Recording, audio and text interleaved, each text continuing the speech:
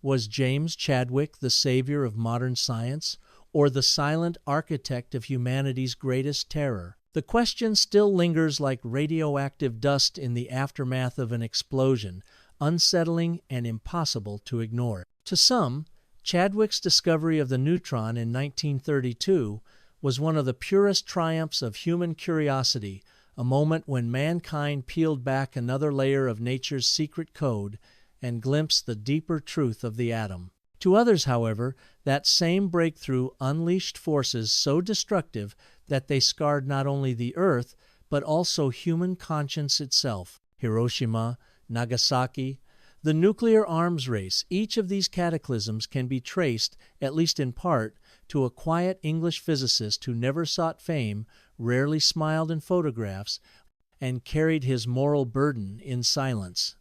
And so the story of James Chadwick is not merely the biography of a man, it is the story of the double-edged sword of science itself. Can one discovery simultaneously elevate humanity to new heights of knowledge while casting it into an abyss of fear? Was Chadwick, who never dropped a bomb, guilty by association with what his discovery was used for? Or was he simply a scientist, a seeker of truth, who could not possibly have foreseen the monstrous applications of his work? These are the questions that haunt any honest telling of his life. To grasp the magnitude of Chadwick's achievement, one must first imagine the scientific world of the early 20th century. Atoms had long been considered indivisible, tiny, eternal building blocks of matter. Yet by 1910, Rutherford's gold foil experiment had shattered that notion, revealing a dense, positively charged nucleus at the heart of each atom. Electrons orbited at a distance like tiny planets. But even this model carried mysteries. The nucleus seemed to contain more mass than the number of protons alone could explain. Something invisible, something neutral, had to be hiding there. This something became the holy grail of nuclear physics. Scientists speculated wildly. Was it a proton-electron pair? Was it a new kind of force? Or was it, as Chadwick would eventually prove, a whole new particle, one without charge, but heavy enough to account for the missing mass? At stake was not only the accuracy of atomic theory, but also the key to unlocking the vast energy stored within matter itself. James Chadwick did not appear, at first glance, to be a revolutionary. Born in 1,891 inches, the industrial heart of Manchester, he was shy, serious, and almost painfully reserved. Unlike flamboyant contemporaries such as Niels Bohr or the bombastic Ernest Rutherford, Chadwick rarely sought attention. He worked quietly, methodically, often with little recognition. Yet within that silence burned a relentless determination to solve puzzles others overlooked. By the 1,920 Chadwick had become Rutherford's right-hand man at Cambridge's Cavendish Laboratory, the global center of atomic research. The Cavendish was a place of brilliance and rivalry where breakthroughs seemed to occur monthly. Protons had been confirmed, electrons studied in detail, but the mystery of the neutral mass remained unsolved. The young Chadwick began chasing this phantom. He would later describe his years in the Cavendish not as a time of glory, but of grinding persistence, long nights, endless calculations, and an almost obsessive focus on the nucleus. In 1932, when Chadwick finally demonstrated the existence of the neutron through a series of painstaking experiments with beryllium and alpha particles, the news stunned the scientific world. The neutron was not just another particle, it was the missing link, the key to understanding nuclear stability. Within months, theorists and experimentalists realized that this new particle could penetrate atomic nuclei far more effectively than protons, since it carried no electric charge. The door to nuclear fission, and ultimately nuclear weapons, swung open. Here lies the heart of the controversy. Chadwick never designed a bomb. He never called for atomic war.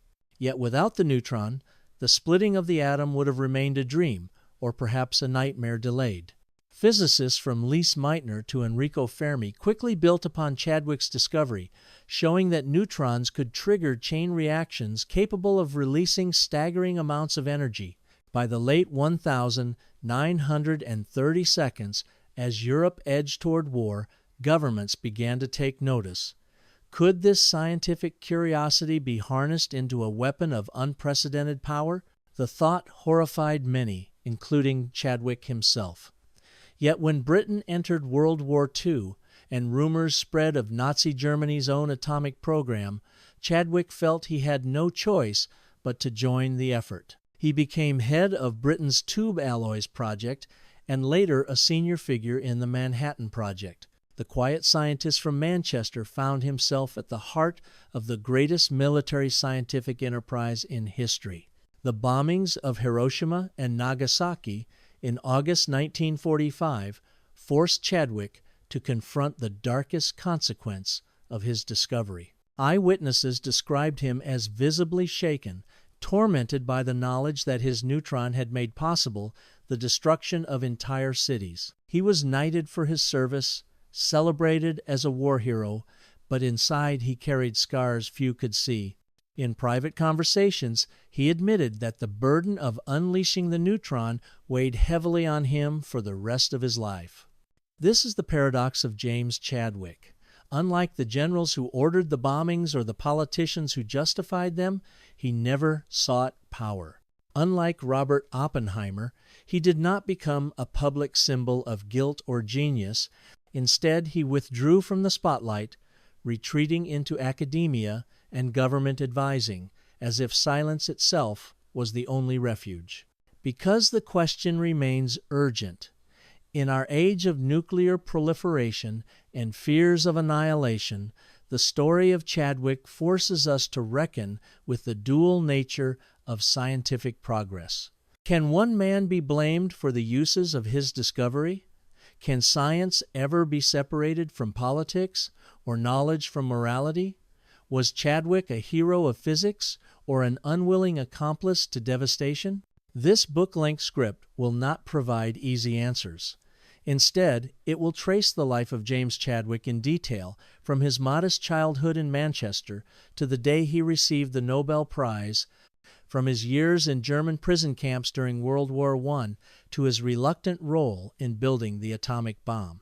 We will explore his character, the shy, meticulous man who rarely raised his voice and yet changed history with a discovery that no one else could have made. We will see him as a student, a prisoner of war, a discoverer, a wartime leader, and finally as an aging knight wrestling with his conscience.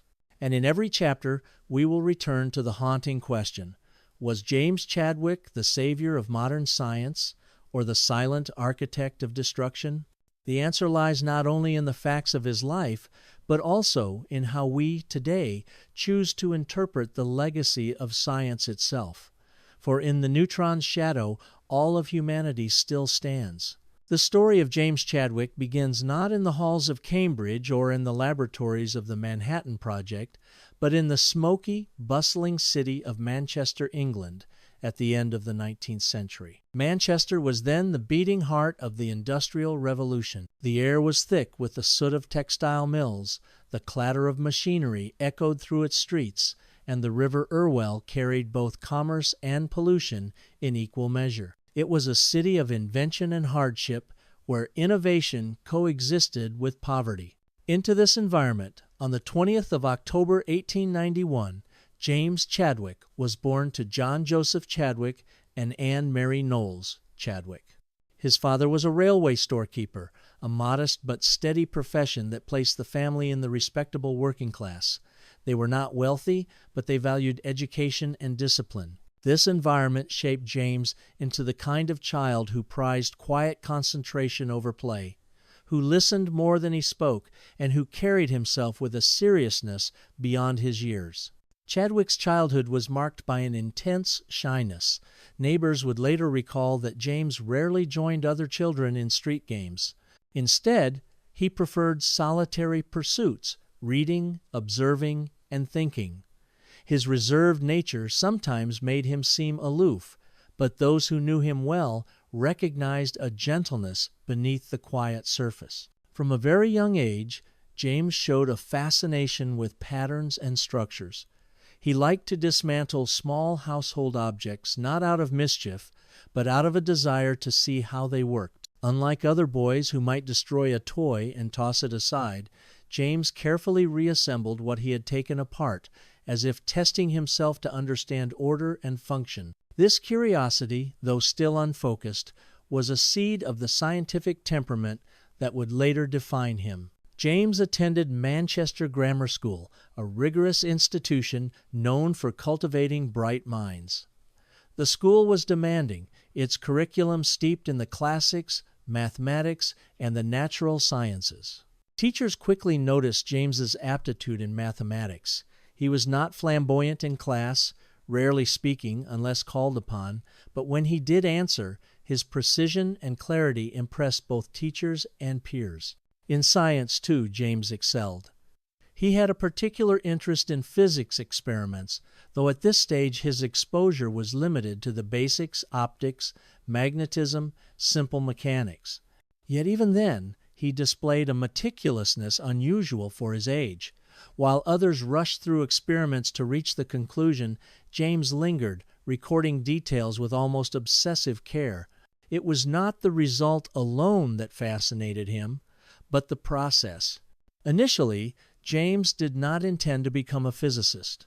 In fact, he dreamed of studying mathematics exclusively. When he applied for a scholarship to the Victoria University of Manchester, later part of the University of Manchester, there was a clerical error. Instead of being placed in the mathematics program, he was assigned to physics. For many, this might have been a disaster. For Chadwick, it was fate. Under the guidance of one of the greatest scientists of the age, Ernest Rutherford, James would soon find his true calling. But in those early days, he accepted the mistake with the same quiet endurance that marked his personality. He simply studied what was placed before him, determined to excel regardless. The Chadwick household was strict, but supportive. His mother, Anne, was a devout woman who valued modesty and discipline.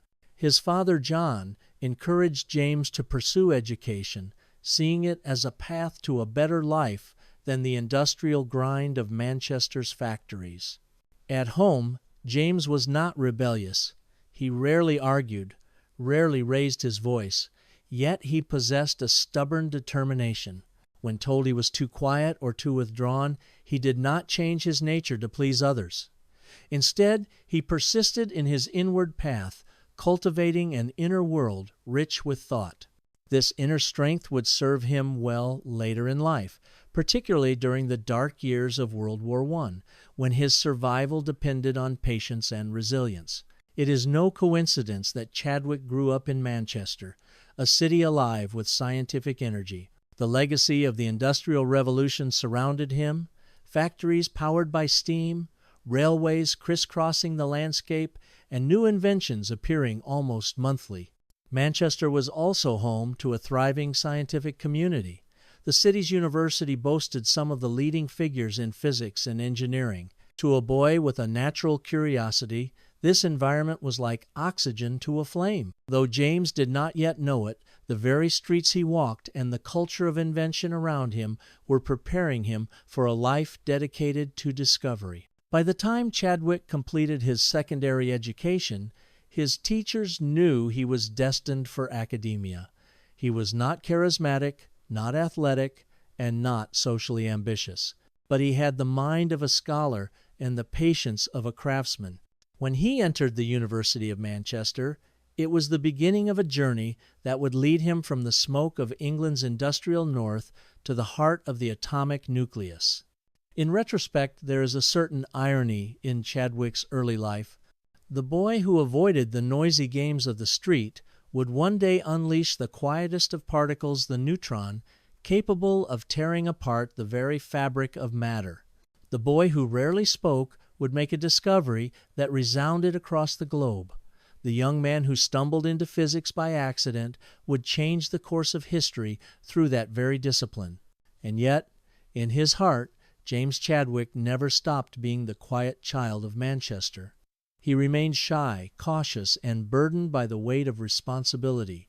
It was as though the city of his birth, disciplined, industrious, and serious, had etched itself permanently into his character. When James Chadwick stepped through the doors of Victoria University of Manchester in 1908, he did not imagine he was beginning a journey into the deepest secrets of the atom. He had intended to study mathematics, his true love, or so he thought, but as fate would have it, a clerical mix-up placed him in the physics department instead. For many students, such an error would have been a crushing disappointment. But Chadwick, true to his quiet and dutiful nature, accepted the assignment without protest. If this was the path life had chosen, he would follow it diligently. That decision, so modest, so reluctant, would change the history of science. At the time, the physics department at Manchester was no ordinary place. It was led by Ernest Rutherford, a towering figure in experimental physics and one of the most brilliant minds of the 20th century. Rutherford had already achieved worldwide fame for his model of the atom, a dense nucleus orbited by electrons, like planets around the sun. For Chadwick, meeting Rutherford was like a young artist encountering Michelangelo. Rutherford was charismatic, loud, and full of energy, the exact opposite of the shy Manchester boy. Yet the older scientist quickly saw promise in Chadwick. He noticed the young man's seriousness, his quiet focus, his refusal to be distracted by superficialities. Chadwick, Rutherford reportedly said, is not one for chatter, but he sees everything. Manchester was not Cambridge, but under Rutherford it was a laboratory alive with discovery. Students tinkered with primitive apparatuses, Geiger counters, electroscopes, radium sources. The equipment was rough, often handmade, but the results were groundbreaking. Chadwick thrived in this environment. Though painfully shy in conversation, he showed a natural ability in the laboratory.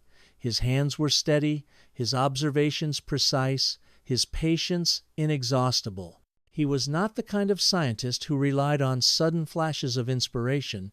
He was the kind who built progress grain by grain, calculation by calculation. Chadwick's earliest research involved measuring radioactivity. Rutherford had demonstrated that certain elements emitted mysterious rays, alpha, beta, and gamma. Chadwick was tasked with designing experiments to measure their properties. It was tedious, meticulous work, but he approached it with the same determination he had shown as a boy dismantling toys. Slowly, he earned Rutherford's trust.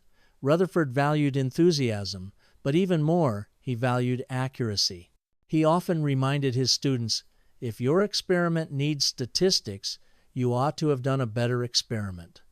Chadwick understood this deeply. His results were always careful, always repeatable, never rushed. While his scientific reputation grew, Chadwick's social presence remained small. He rarely spoke up in lectures, often standing awkwardly at the edge of groups. His classmates considered him the quiet one, someone they respected but did not always understand.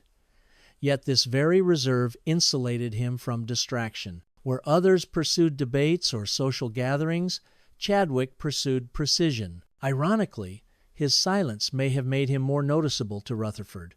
In a sea of eager voices, Chadwick's quiet dedication stood out.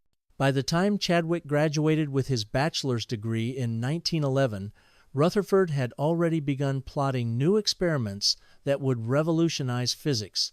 The nucleus, freshly discovered, was still a mystery. Its structure, its forces, its hidden components, these questions loomed large. Chadwick, with his steady hand and tireless patience, seemed the ideal apprentice for the work to come. But before he could fully commit to research, Chadwick sought broader horizons. Rutherford, recognizing his potential, encouraged him to apply for scholarships abroad. Germany, then at the cutting edge of experimental physics, beckoned. In 1913, Chadwick won a scholarship to study in Berlin under Hans Geiger, co-inventor of the Geiger counter. It was a chance to test himself beyond Manchester, beyond England, and to step onto the international stage of science. He was leaving behind the industrial streets of his childhood for the cosmopolitan laboratories of Europe. He did not know that war would soon upend his plans, nor that his years in Germany would test his character in ways far beyond physics. Looking back, Chadwick's Manchester years can be seen as the forging of steel. He entered as a quiet boy, uncertain of his path, and emerged as a trained physicist, mentored by one of the greatest minds of the century. He discovered not only the nucleus of the atom, but also the nucleus of his own character: discipline, precision, endurance. In Manchester, the accidental physicist became a real one, and as he packed his bags for Berlin, he carried with him not just books and instruments, but a growing sense that he was part of something larger, the unraveling of nature's deepest secrets. When James Chadwick arrived in Berlin in 1913, he felt like a provincial boy stepping into the beating heart of European science. The German capital was vibrant, filled with intellectual energy, and its universities were the envy of the world. Laboratories brimmed with new instruments, new methods, and new ideas. For a young physicist hungry to prove himself, there was no better place. Chadwick had secured a scholarship to study under Hans Geiger, the brilliant co-inventor of the Geiger counter. Geiger was precise, demanding, and technically gifted. He pushed students to measure with exactitude, to design apparatuses that could withstand scrutiny. For Chadwick, who already valued precision above all, this was a perfect match. Germany at that time was the epicenter of experimental physics. Great names, Max Planck, Albert Einstein, Walther Nernst, walked the same streets. In seminars, students debated relativity, quantum theory, and the mysterious behavior of the atom. Chadwick, still shy, rarely spoke in these gatherings, but he listened intently. His German, though accented, was functional, and he absorbed the rigorous style of the German school: careful experiments, mathematical clarity, bold theorizing. These months were a period of immense growth. Yet even as Chadwick settled into his studies, Europe was drifting toward catastrophe. The assassination of Archduke Franz Ferdinand in June 1914 set in motion a chain of alliances and mobilizations. By August, Germany and Britain were at war. For Chadwick, the timing could not have been worse. As a British citizen in Germany, he suddenly became an enemy alien. Instead of returning home to Manchester, he was arrested by German authorities and confined to an internment camp. The camp was called Ruhleben, a former horse racing track near Berlin, converted hastily into a prison for foreign civilians. Thousands of British men, students, businessmen, tourists were crammed into makeshift barracks. Conditions were harsh: overcrowding, limited food, bitter winters. For Chadwick, it was a shocking reversal. Just weeks earlier, he had been performing delicate experiments in Geiger's laboratory. Now he slept in a stable, sharing cramped quarters with strangers, his scientific career apparently derailed. Chadwick might have withered under these circumstances, but his quiet resilience, forged in childhood, now became his greatest strength. He adapted to the camp routine, endured hunger without complaint, and threw himself into intellectual activity to stave off despair. Remarkably, the prisoners of Ruhleben organized a kind of camp university. Among the internees were teachers, academics, and professionals who offered lectures. Chadwick attended courses in mathematics, science, even literature. He himself helped run small classes, sharing his knowledge of physics with fellow prisoners. Most extraordinary of all, the prisoners managed to create a makeshift laboratory inside the camp. Using whatever materials they could, scavenged bits of wire, broken glass, scraps of wood, they constructed crude apparatuses. For Chadwick, this was both a lifeline and a challenge. Without proper instruments, he could not conduct serious research, but he could at least keep his mind sharp, experimenting within severe constraints. It was here, in this unlikely prison laboratory, that Chadwick's determination was tested. He learned to improvise, to make the best of limited resources, skills that would serve him years later in the Cavendish laboratory, where ingenuity often mattered more than money. Yet life in Ruhleben was not only physical hardship, it was also psychological torment. For 4 long years, Chadwick was cut off from the world of science. As he sat in his barracks, he knew that discoveries were being made elsewhere. Rutherford continued to lead the field in Britain. Einstein was reshaping physics with relativity. Others were probing the atom with new tools. Would he be forgotten? Would his career wither before it even began? These doubts haunted him.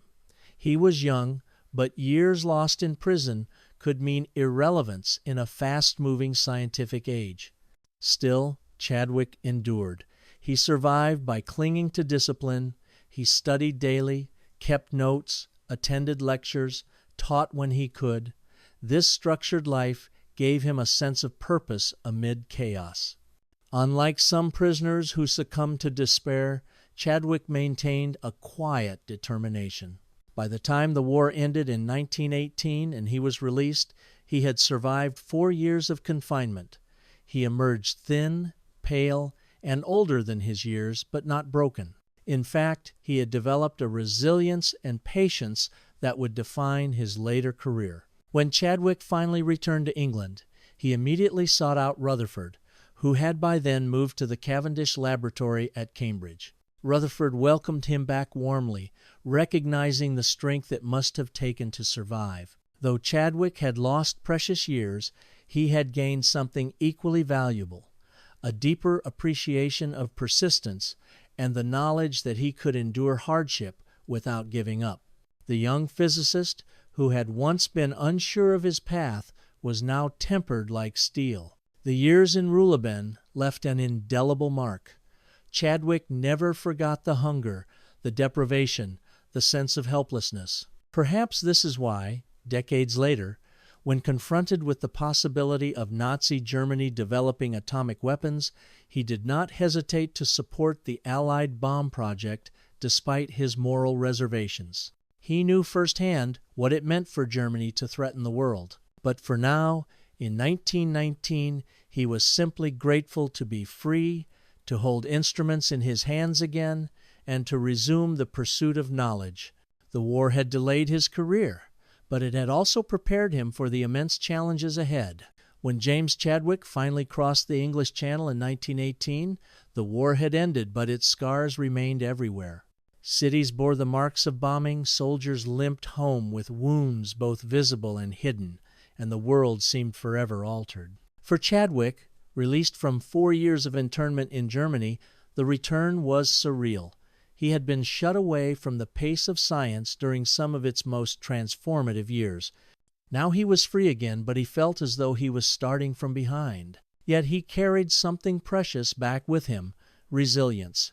His years at Ruhleben camp had toughened him, given him the patience of endurance and the habit of quiet discipline. If he could survive hunger and confinement, he could certainly survive the rigors of research. Chadwick's first destination was Cambridge, where his mentor, Ernest Rutherford, had recently taken over as head of the Cavendish laboratory. The Cavendish was already legendary. J.J. Thomson had discovered the electron there in 1897, but under Rutherford, it was becoming the global headquarters for nuclear physics. When Rutherford saw his former student again, he greeted him not with pity, but with expectation. Rutherford was a man who believed in moving forward, not dwelling on the past. He welcomed Chadwick back into the fold, not as a broken war victim, but as a promising physicist ready to make up for lost time. "Now, Chadwick," Rutherford is said to have remarked, "we have work to do." The Cavendish Laboratory was unlike any other scientific institution in the world. Its corridors buzzed with experimenters. Its benches were cluttered with improvised apparatuses, and its atmosphere was electric with competition and collaboration. It was a place where discoveries were not just expected, they were demanded. Chadwick quickly found his footing. His quiet demeanor contrasted with the boisterous personalities around him, but his accuracy and meticulousness earned him respect. He was not the loudest, nor the most charismatic, but his results spoke louder than words. Chadwick's first major projects at Cambridge involved studying beta rays, streams of electrons emitted during radioactive decay. These rays were puzzling.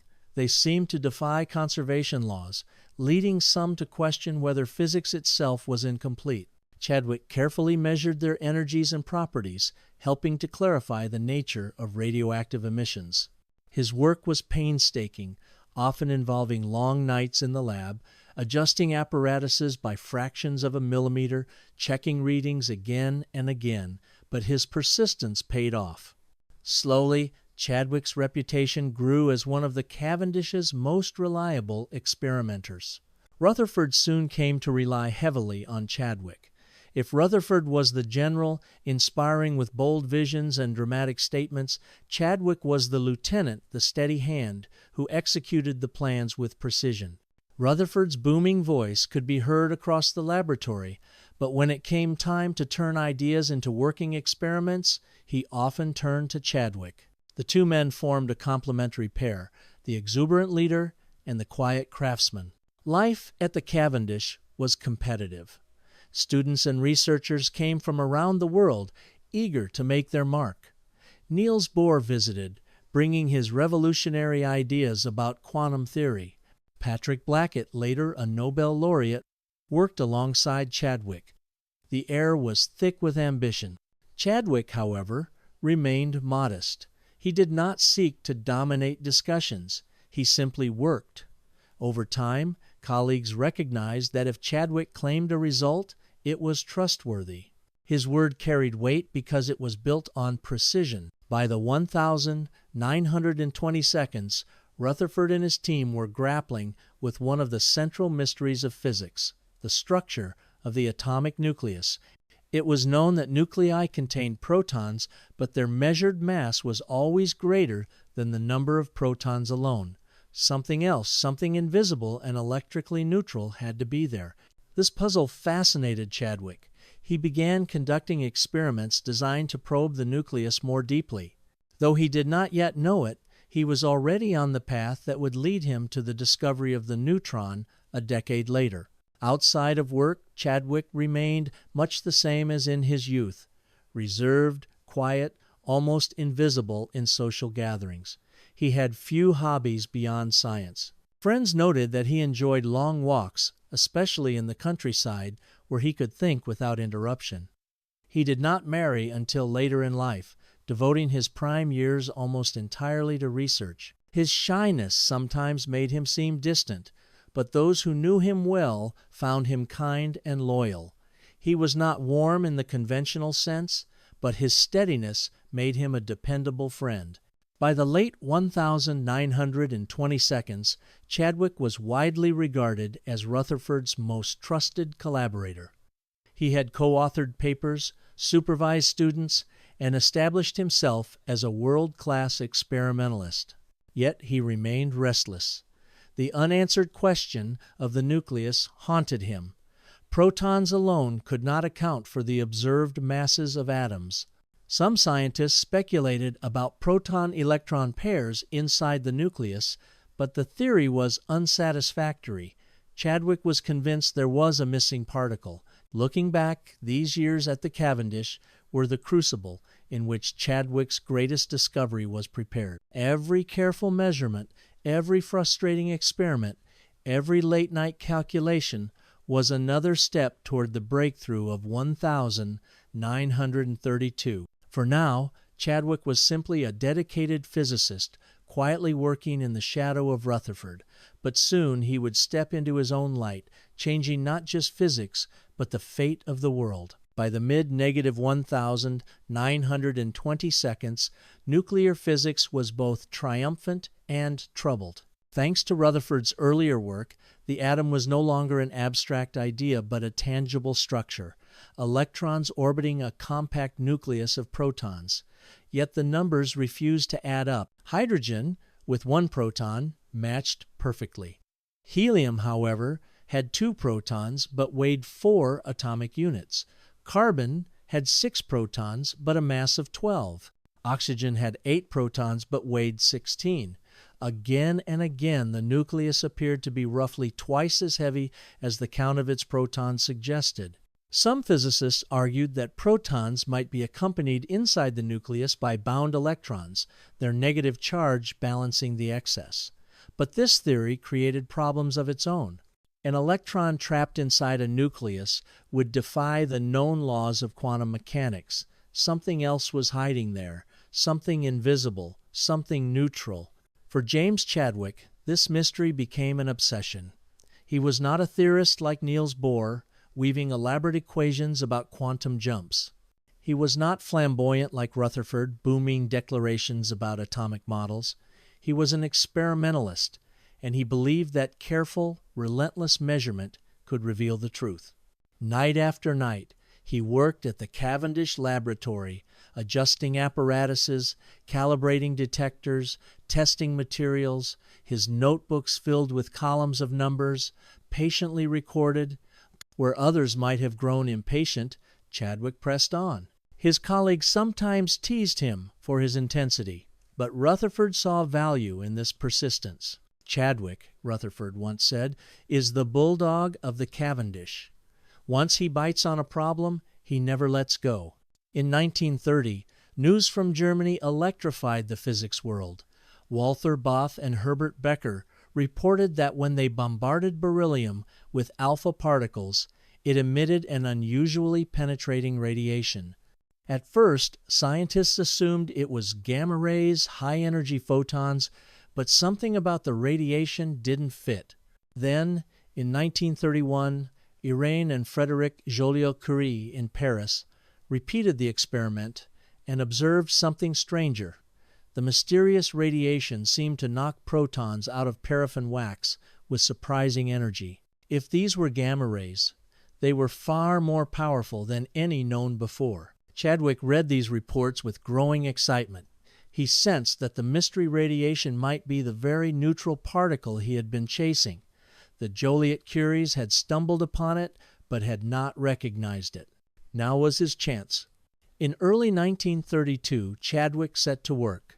Using polonium as a source of alpha particles, he bombarded a thin foil of beryllium. Just as the Germans and French had observed, a penetrating radiation emerged. But instead of assuming it was gamma rays, Chadwick devised experiments to test its properties directly. He placed blocks of paraffin wax in the path of the radiation and measured the protons that were ejected. The energies of these protons were far too high to be explained by photons. The only explanation was a new particle, electrically neutral, but roughly the same mass as a proton, the neutron. In February 1932, Chadwick published his results in Nature. The paper was short, just 2 pages, but its impact was seismic. He had proven the existence of the neutron, a particle that completed the atomic puzzle and opened the door to a new era of physics. The world reacted swiftly. Physicists everywhere realized the implications. Neutrons, carrying no charge, could penetrate atomic nuclei with ease. They could serve as the perfect triggers for nuclear reactions. The age of nuclear energy and nuclear weapons had begun. At the Cavendish Laboratory, the discovery sent shockwaves. Students and researchers buzzed with excitement. Rutherford, though proud, may have felt a twinge of envy. His protégé had achieved a breakthrough as revolutionary as his own gold foil experiment. But he wasted no time in celebrating Chadwick's triumph. It was, Rutherford declared, the greatest discovery since the electron. For Chadwick, the recognition was bittersweet.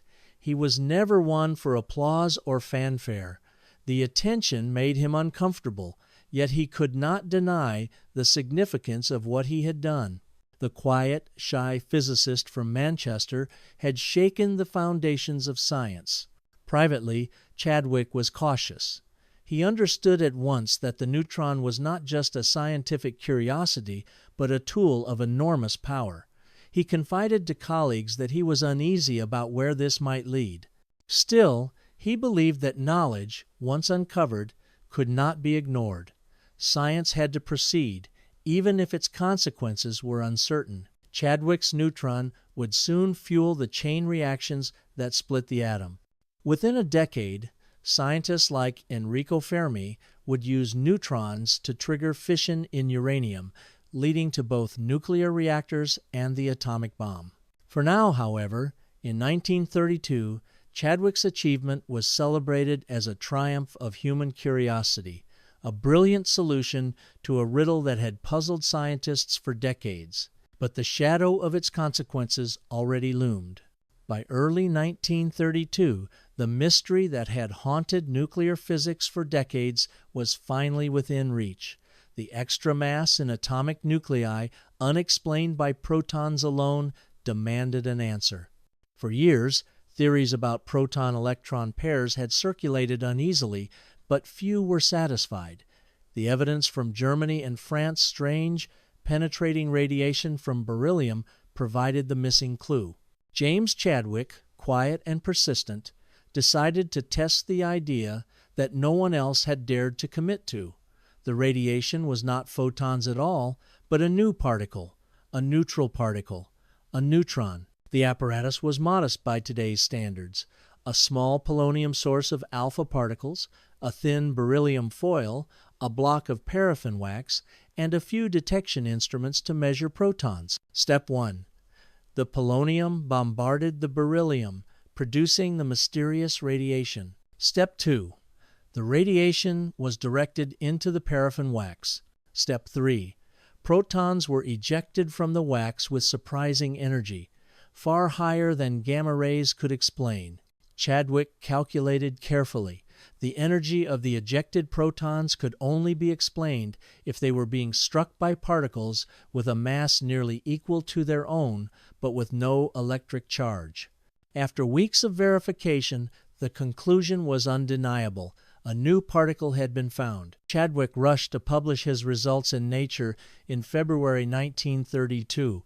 The paper was astonishingly brief, just 2 pages long, but it was a scientific earthquake. In clear, measured words, Chadwick described the existence of a particle no one had ever seen, but whose effects were unmistakable. The evidence is in favor of the existence of a neutron, he wrote, understated as ever. The brevity of the paper belied its importance. This was not just another incremental step, it was a revolution. The periodic table, nuclear structure, radioactivity, all of these fields shifted instantly under the neutron's weight. At the Cavendish Laboratory, the discovery was met with excitement bordering on disbelief. Students buzzed with speculation. Rutherford himself, though famously protective of his own reputation, embraced Chadwick's achievement. "It is one of the most important discoveries of modern physics," Rutherford declared, his booming voice echoing through the lab. Chadwick, uncomfortable with praise, responded modestly. To colleagues who congratulated him, he simply nodded, muttered thanks, and returned to his workbench. Yet inside, he must have felt a quiet vindication. Years of patience, precision, and persistence had paid off. The neutron instantly changed the course of physics. Scientists everywhere rushed to test its properties. They quickly realized that, because it carried no charge, the neutron could penetrate atomic nuclei more easily than protons. This meant it could act as a powerful probe and perhaps even as the trigger for chain reactions. Enrico Fermi, in Rome, immediately began experiments with neutron bombardment, discovering artificial radioactivity and laying the groundwork for nuclear fission. Lise Meitner and Otto Hahn in Berlin extended the research, eventually splitting the uranium nucleus. In less than a decade, Chadwick's discovery would lead directly to the harnessing of nuclear energy and the creation of atomic weapons.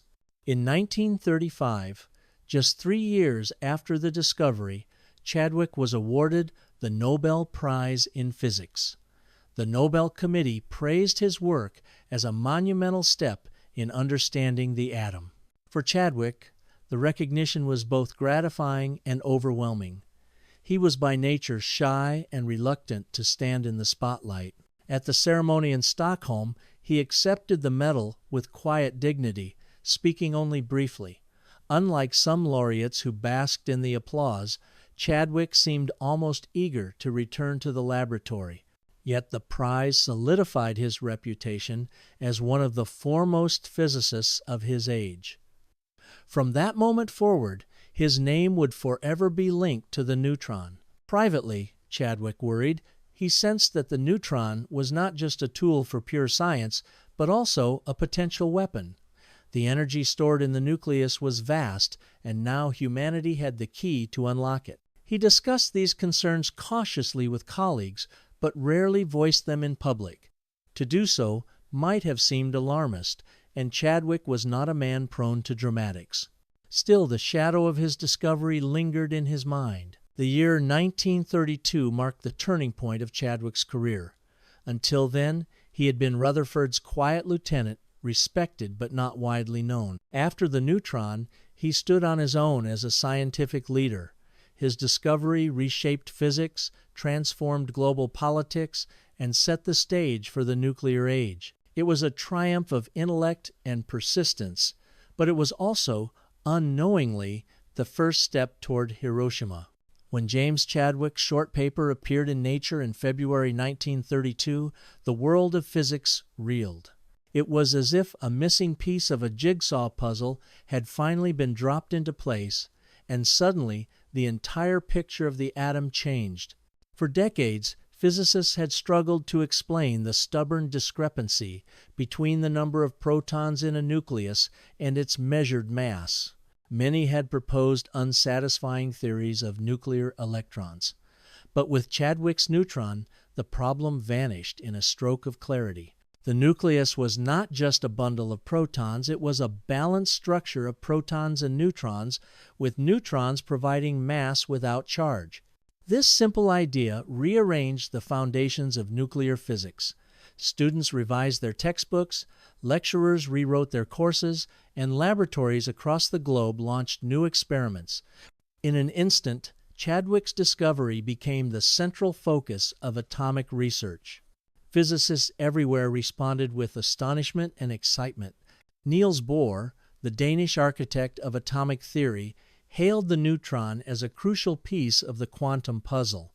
It would fit neatly into his evolving model of the atom, bringing coherence where there had been uncertainty. Enrico Fermi in Rome saw opportunity.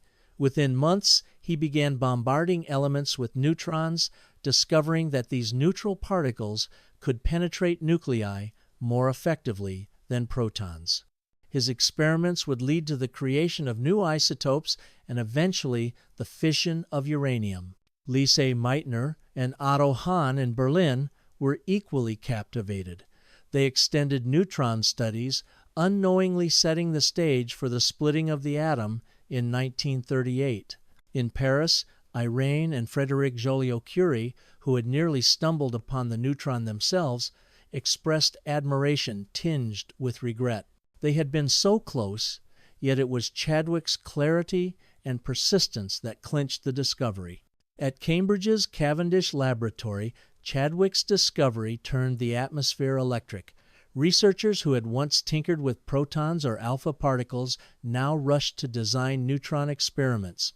The laboratory's crowded rooms buzzed with energy, with students sketching diagrams on chalkboards, debating new possibilities, and racing to publish. Rutherford, ever the proud general, declared the neutron the crowning achievement of nuclear physics. He celebrated Chadwick's triumph as a victory for the Cavendish, which now stood indisputably at the forefront of global science. For Chadwick himself, however, the sudden fame was disorienting. He was a man who preferred the solitude of a laboratory bench, not the glare of attention. While others relished the spotlight, Chadwick quietly retreated into his work, uneasy with the noise of acclaim. The neutron was more than a solution to a theoretical problem, it was a new tool. Its lack of electric charge meant it could slip past the repulsive barrier of protons and interact directly with the heart of the nucleus. Suddenly, experiments that had been impossible with protons or alpha particles became feasible. Physicists realized they could use neutrons to create new isotopes by adding or removing neutrons from nuclei, probe nuclear forces more directly than ever before, trigger chain reactions, a possibility that loomed ominously over the horizon. The neutron was not merely another particle, it was a key, and it opened doors to both knowledge and danger. Even in the early 1930 seconds, long before the Manhattan Project, some scientists whispered about the potential military implications. If neutrons could trigger chain reactions, could this energy be harnessed? Could it be weaponized? At first, such ideas seemed remote, even fanciful. Most physicists still thought in terms of pure science, but the more they experimented, the more plausible it became. In university halls and private conversations, speculation grew. The neutron might one day release energies far greater than chemical reactions. For governments still recovering from World War I, the prospect was both alluring and terrifying. Though official funding for nuclear research remained small in the 1930 seconds, intelligence agencies began quietly watching. Chadwick's discovery had not only shaken science, it had stirred geopolitics. For Chadwick, the recognition was overwhelming.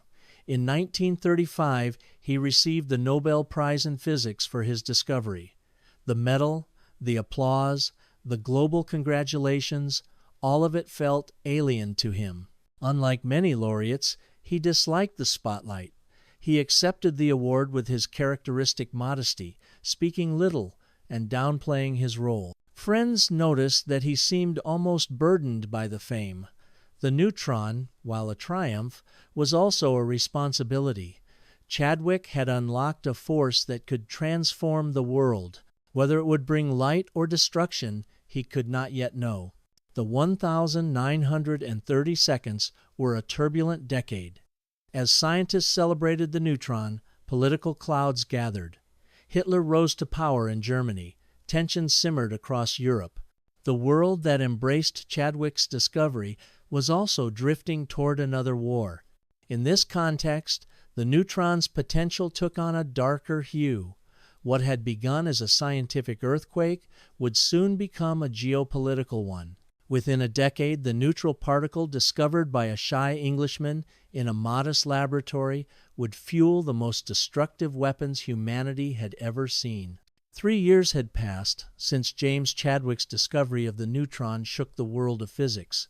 In laboratories from Rome to Paris, Berlin to Berkeley, scientists had seized upon his particle to probe nuclei, create isotopes, and imagine new realms of possibility. His 2-page Nature paper of 1932 had grown into a global revolution. By 1935, the Nobel Committee could no longer ignore the scale of this contribution. When they announced that the Nobel Prize in Physics would be awarded to James Chadwick, few were surprised. It was a recognition both inevitable and overdue. For Chadwick, however, the news landed with mixed emotions. He understood the significance of the honor, but he also dreaded the attention it would bring.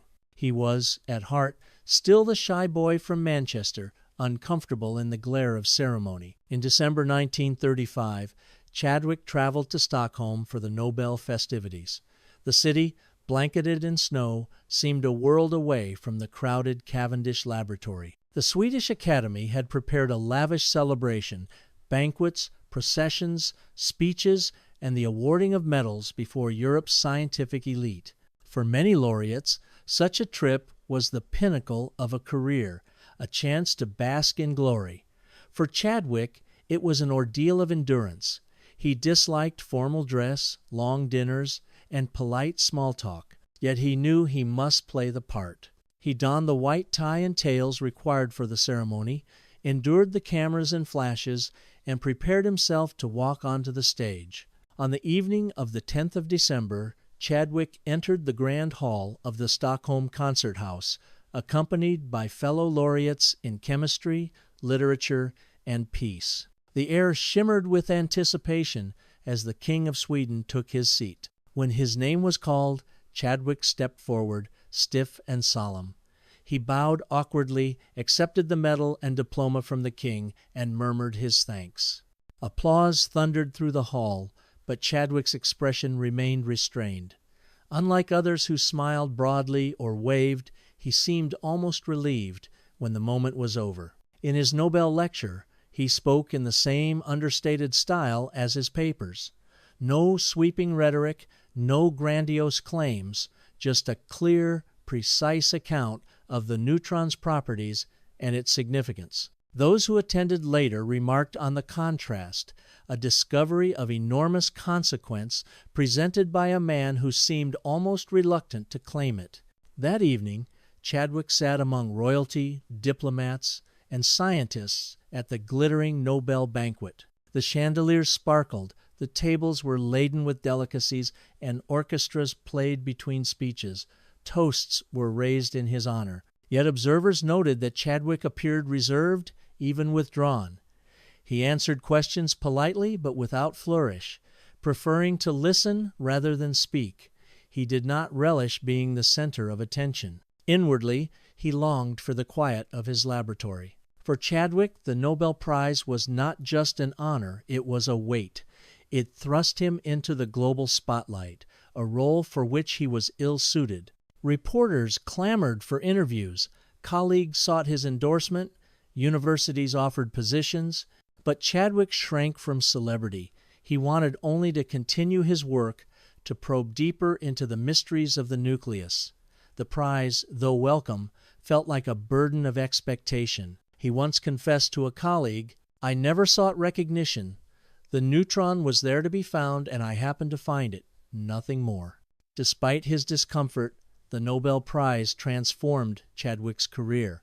He was offered prestigious chairs at universities, invitations to speak across Europe and America, and membership in elite scientific societies. His name, once known only to physicists, now appeared in newspapers. He accepted some of these honors dutifully, but selectively. What mattered most to him was securing resources for research. With the credibility of a Nobel laureate, he could now command funding, attract talented students, and shape the direction of nuclear physics in Britain. Even in 1935, Chadwick sensed the darker potential of his discovery. Experiments with uranium and thorium were already hinting at the possibility of nuclear fission. Though the chain reaction had not yet been achieved, the prospect was discussed quietly among physicists. Chadwick knew that the neutron was the indispensable tool for such work. It could slip past electric barriers, penetrate nuclei, and release staggering amounts of energy. The thought both fascinated and troubled him. As he returned to England with the Nobel medal in his luggage, he carried not only honor, but also foreboding. His discovery had given humanity a powerful key. How it would be used, no one yet knew. During this period, Chadwick's personal life began to take shape as well. In 1925, he had married Eileen Stewart Brown, and by the mid-1930 seconds, they were building a quiet life together.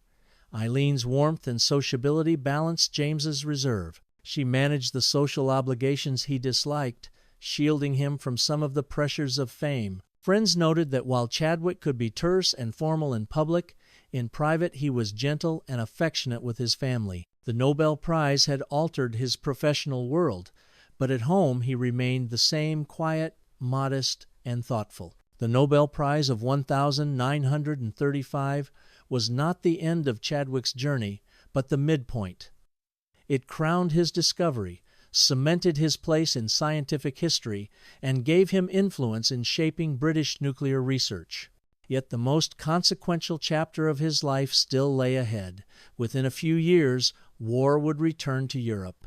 This time, Chadwick's neutron would not remain in the laboratory. It would become the cornerstone of the most destructive weapon ever built. By the mid-1930 seconds, the neutron was no longer a ghostly hypothesis, but a powerful tool in the hands of scientists.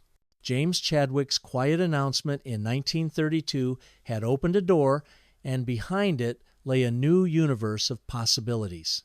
Nuclear physics, once a relatively small and specialized discipline, suddenly surged forward with breathtaking speed. For Chadwick, the years after his Nobel Prize were a mixture of satisfaction and unease. He had given the scientific world its most versatile instrument. Now he watched as colleagues across Europe and America began to wield it, often with results he could not have predicted. In Rome, Enrico Fermi quickly recognized the neutron's potential. Unlike charged particles, neutrons were not repelled by the positive nucleus. They could slip past the barriers and interact directly with the heart of atoms. Fermi began systematically bombarding elements with neutrons, creating a zoo of artificial isotopes. His experiments revealed something unexpected. When neutrons were slowed down, thermalized, they became even more effective at entering nuclei. This discovery would later prove vital to the design of nuclear reactors. Fermi's team also reported puzzling results when bombarding uranium. They detected products that suggested the nucleus might be splitting into lighter elements, though they did not yet realize the full significance. It would take Lise Meitner and Otto Hahn in Berlin to interpret these findings as nuclear fission. Meanwhile, in Paris, Irene and Frédéric Joliot-Curie used neutrons to create new forms of radioactivity. By striking elements with neutrons, they produced isotopes that emitted radiation long after the experiment ended. This artificial radioactivity was itself Nobel-worthy, and the Joliot-Curies received the prize in 1935, the same year as Chadwick. Their work demonstrated that neutrons were not just probes but engines of transformation. They could turn stable elements into unstable ones, reshaping the periodic table itself. At Cambridge's Cavendish Laboratory, the atmosphere was electric. Young physicists competed to explore neutron reactions, measuring cross-sections, cataloging isotopes, and probing nuclear forces. The Cavendish became a factory of nuclear data, and Chadwick, though modest, was its quiet overseer. Other laboratories soon joined the race: Berkeley in California, Copenhagen under Bohr, Berlin with Meitner and Hahn. By the late 1932, nuclear physics was a truly international endeavor, each discovery building upon the last. The rapid progress spilled into public awareness. Newspapers breathlessly reported new atomic wonders. Popular magazines speculated about limitless energy, miraculous cures, and new forms of power. Though the science was poorly understood by the general public, the sense of entering a new age was unmistakable. Chadwick, who disliked publicity, often cringed at these reports. He knew that reality was more complex and far more dangerous than the headlines suggested. Even before fission was confirmed, some scientists whispered about the possibility of explosive chain reactions. If neutrons could trigger cascades inside heavy nuclei, might they release energy on an unprecedented scale? At first, such speculations seemed fanciful, but as experimental results accumulated, the whispers grew louder. By 1938, after Hahn and Meitner's interpretation of uranium fission, the implications were undeniable. Chadwick's neutron was not only a tool of science, but also the key to a weapon of unimaginable power. Chadwick followed these developments with mixed feelings. As Britain's leading expert on neutrons, he was drawn into discussions about their potential. He recognized the scientific excitement, but also the looming danger. Unlike some colleagues who dismissed weaponization as unlikely, Chadwick's wartime imprisonment in Germany had taught him not to underestimate the ambitions of nations. Though he rarely spoke publicly on the matter, he understood that the world was changing. His neutron, discovered in the quiet of Cambridge, was now at the center of a global race. By the end of the 1930 seconds, nuclear physics had been utterly transformed. The structure of the nucleus was redefined as a balance of protons and neutrons. Artificial radioactivity was opening new medical and industrial applications. Fission, though still being unraveled, hinted at limitless energy and terrifying weapons. International collaborations, once friendly, were strained as politics darkened. All of this traced back to Chadwick's discovery. The neutron was the spark, and the world was aflame with new science. As the decade closed, the stage was set for the Second World War. The discoveries of the 1932 Fermi's isotopes, the Joliet-Curie's artificial radioactivity, Hahn and Meitner's fission were all branches from the trunk Chadwick had planted. Soon these branches would bear fruit, not in the peaceful halls of academia, but in the deserts of New Mexico and the devastated cities of Japan. The neutron had launched nuclear physics into the stratosphere. What came next would test not only science, but the conscience of humanity. By the late 1932, Europe stood on the brink of catastrophe. The rise of Hitler in Germany, the aggressive expansion of fascism, and the memories of the last war created a sense of dread. In the scientific community, the discoveries of nuclear fission in 1938 and 1939 only heightened the tension. Suddenly, Chadwick's neutron, once a subject of academic curiosity, was seen as the trigger for weapons of unimaginable power. Chadwick, still at Cambridge, followed the developments closely. He understood better than most what the neutron could do inside uranium. If a chain reaction was possible, it could release energy millions of times greater than chemical explosives, and if Germany got there first, the consequences for Britain and the world would be dire. When war broke out in September 1939, Britain quickly mobilized its scientific talent. A secret program called Tube Alloys was launched to investigate the feasibility of an atomic bomb. Chadwick, by now the most respected nuclear physicist in Britain, was placed at the center of the effort. He became the head of the scientific advisory team, guiding the research into uranium, plutonium, and chain reactions. His reputation for precision and his intimate knowledge of neutrons made him indispensable. Though still shy and reserved, he now found himself in a role of national importance. Meanwhile, in the United States, physicists like Leo Szilard and Albert Einstein warned President Roosevelt of the danger. They argued that Nazi Germany might build a bomb using fission. This letter led to the creation of America's own nuclear program. Britain and the U.S. soon recognized their interests were aligned, cooperation between the two nations became essential, and James Chadwick was to be Britain's chief envoy in this alliance.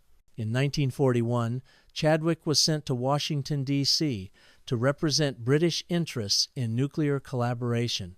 It was an uncomfortable role for him. He was no politician, no charismatic negotiator, but his deep expertise gave him authority, and his quiet manner earned respect.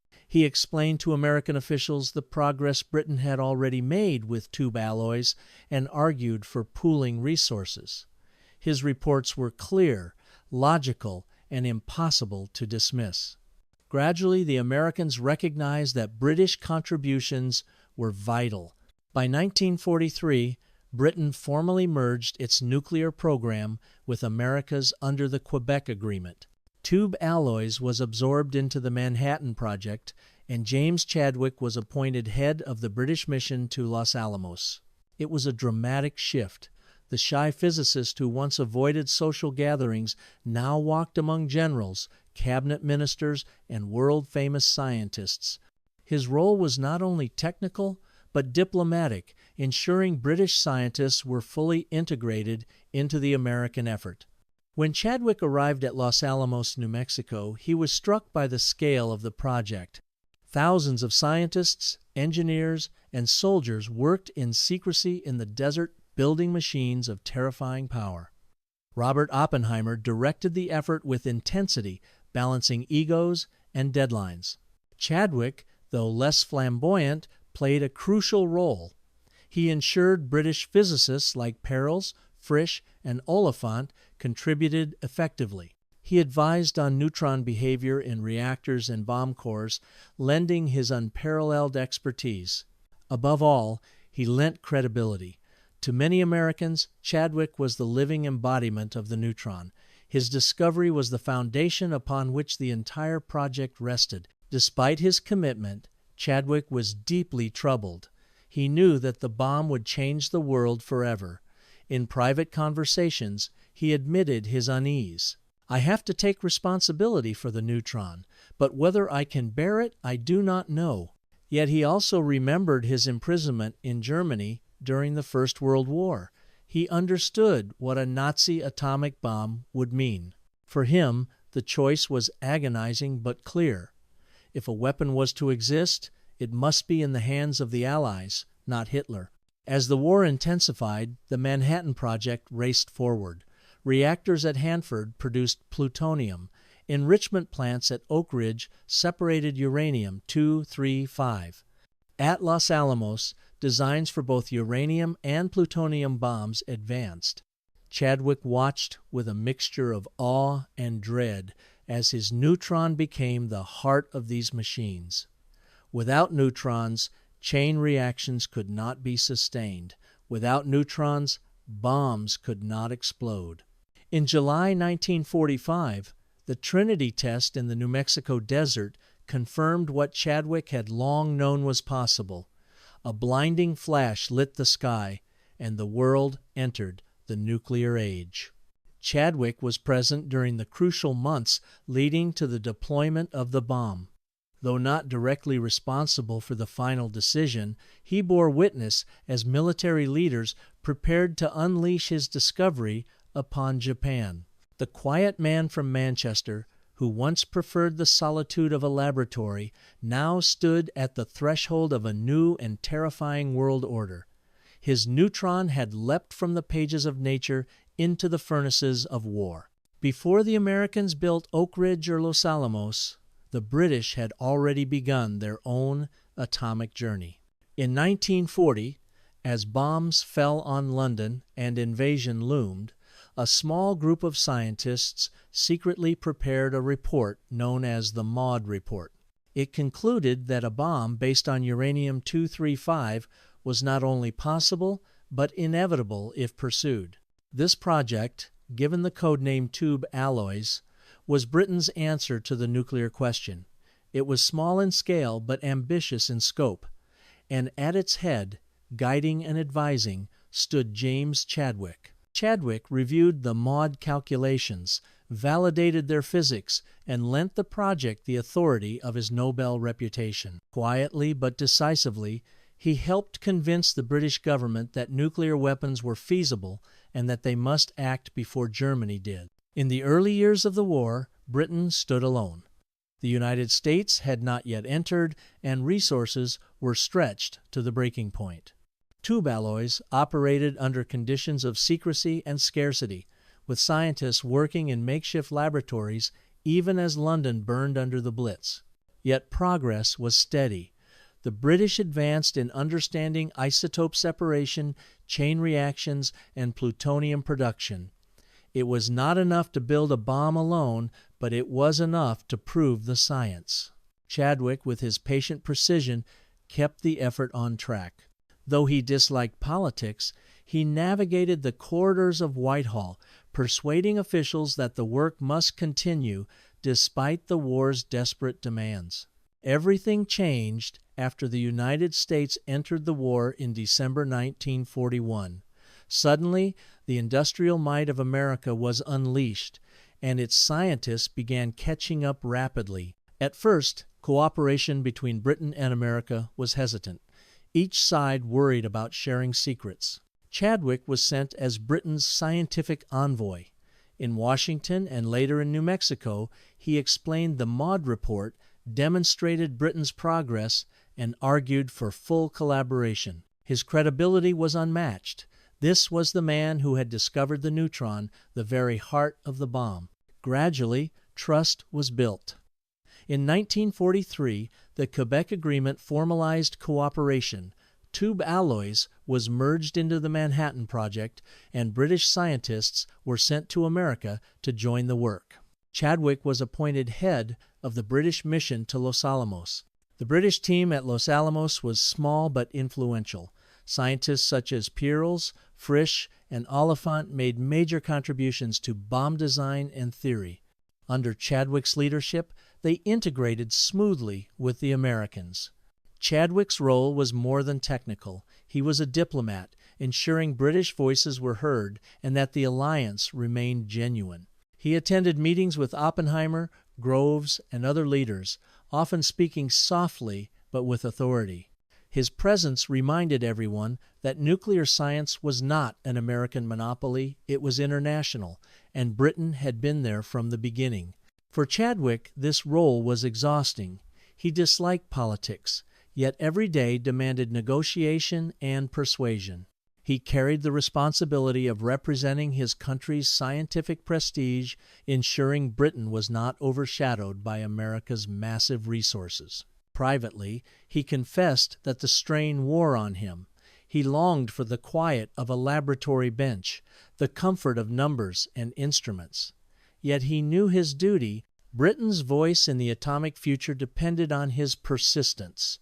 When the Trinity test lit up the desert in July 1945, it was the culmination of years of Anglo-American cooperation. Chadwick's British mission had played its part, and Britain's early contributions through tube alloys had been vindicated. Yet the partnership was fragile. Even before the war ended, some Americans argued that nuclear secrets should remain strictly American. The McMahon Act of 1946 would later cut Britain out of post-war collaboration. For Chadwick, this was a bitter blow. He had worked tirelessly to ensure Britain's place at the table, only to see it vanish almost overnight. Back in England, Chadwick advised the government on how to proceed. Britain, though impoverished by war, resolved to build its own bomb. Chadwick, knighted in 1945, lent his support and expertise. His voice carried great weight in shaping early British nuclear policy. He argued that Britain could not rely forever on American goodwill. If it wished to remain a great power, it must have its own nuclear deterrent. It was a sober, reluctant position, but one shaped by hard experience. The seeds of the Cold War were already being sown. The Soviet Union, once an ally, was now a rival. The United States guarded its nuclear secrets. Britain, desperate not to be left behind, embarked on its own atomic path.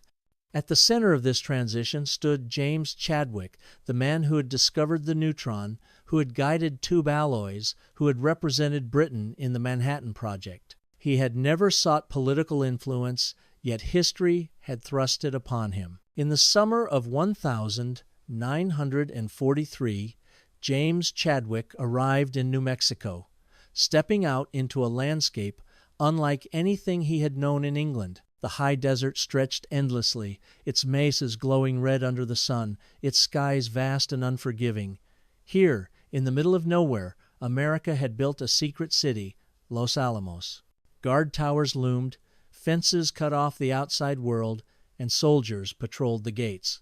Scientists, soldiers, and their families lived together in an isolated bubble, united by a single mission, the creation of a weapon that could end the war. For Chadwick, the sight was both awe-inspiring and unsettling. He had seen laboratories before the tidy halls of the Cavendish, the cramped rooms of tube alloys, but nothing on this scale. The Manhattan Project was science transformed into industry, urgency turned into infrastructure. Chadwick's official role was head of the British mission. Britain had contributed key ideas and personnel to the project, and the agreement with the U.S. ensured that British scientists would have full access to the work. Chadwick was responsible not only for their contributions, but also for maintaining Britain's influence in a program increasingly dominated by American power. He brought with him an elite group, Rudolf Peierls, Otto Frisch, and other brilliant émigré physicists who had fled Nazi Europe. Their calculations had shown that a uranium bomb was possible. Now, under Chadwick's guidance, they would help make it real. At Los Alamos, Chadwick found himself surrounded by the greatest scientific minds of the age. Robert Oppenheimer, the charismatic director, orchestrated the project with a mixture of inspiration and iron discipline. Enrico Fermi worked tirelessly on the physics of reactors. Hans Bethe led the theoretical division. Niels Bohr, Chadwick's old contemporary, visited to advise. Chadwick, though less flamboyant than many, was respected as a quiet authority. After all, the very particle at the heart of the bomb was his discovery. When he spoke, others listened.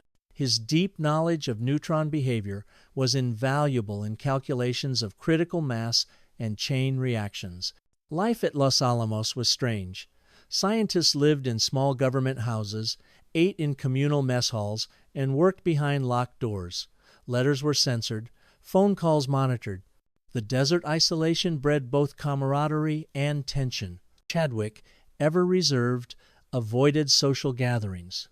While Oppenheimer hosted evenings of poetry and conversation, Chadwick preferred long walks in the desert where he could think in silence. Yet in meetings, he was indispensable, calmly clarifying data, correcting errors, and offering quiet reassurance.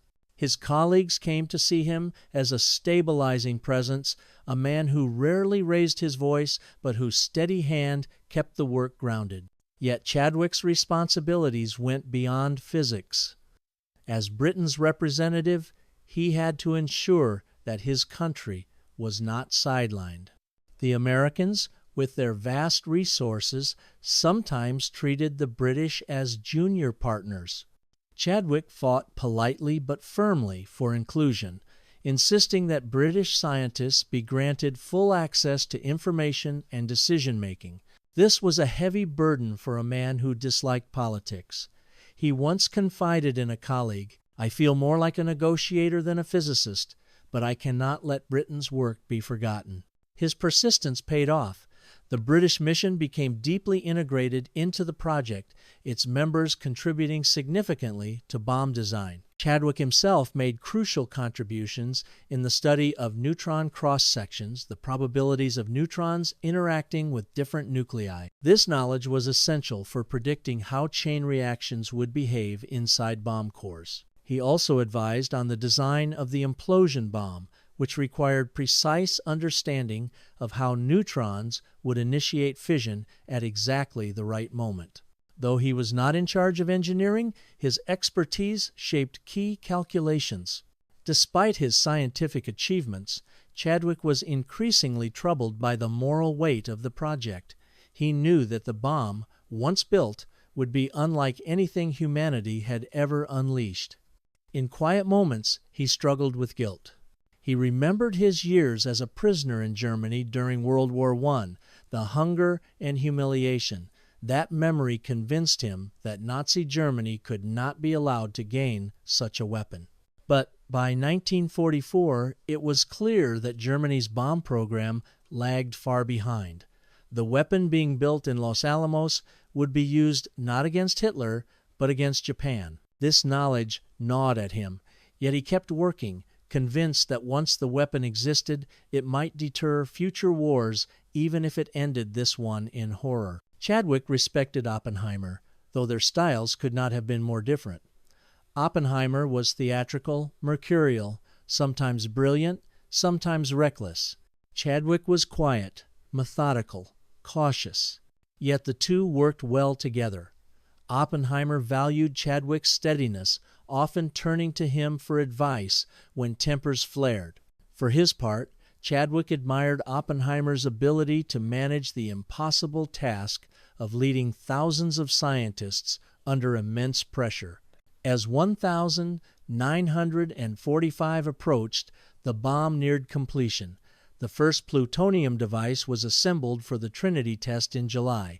Chadwick knew the physics intimately. He had calculated the neutron behavior, reviewed the data, and understood exactly what was about to happen. On the 16th of July, 1945, when the desert lit up with the first nuclear explosion, Chadwick watched in silence. The fireball rose, the shock wave rippled across the sands, and humanity entered a new age. For Chadwick, it was a moment of vindication and dread. The neutron he had discovered 13 years earlier had now unleashed the power of the stars upon Earth. Within weeks, bombs were dropped on Hiroshima and Nagasaki. Chadwick, though not in the room where the decision was made, knew his discovery was at the center of it all. The quiet physicist from Manchester had become one of the architects of the nuclear age, and he carried the weight of that knowledge for the rest of his life. On the morning of the 6th of August, 1945, the world changed forever. A single B-29 bomber, the Enola Gay, dropped an atomic bomb on the Japanese city of Hiroshima. Within seconds, tens of thousands were incinerated. Within hours, the city was a smoldering ruin. When James Chadwick heard the news in Los Alamos, his face reportedly went pale. He knew, of course, that the bomb would be used. He had watched its design and testing. But hearing that it had actually been dropped on a city, killing civilians by the tens of thousands, was something else entirely. 3 days later, on the 9th of August, Nagasaki suffered the same fate. By the time Japan surrendered, more than 200,000 people were dead or dying from burns, radiation, and injuries.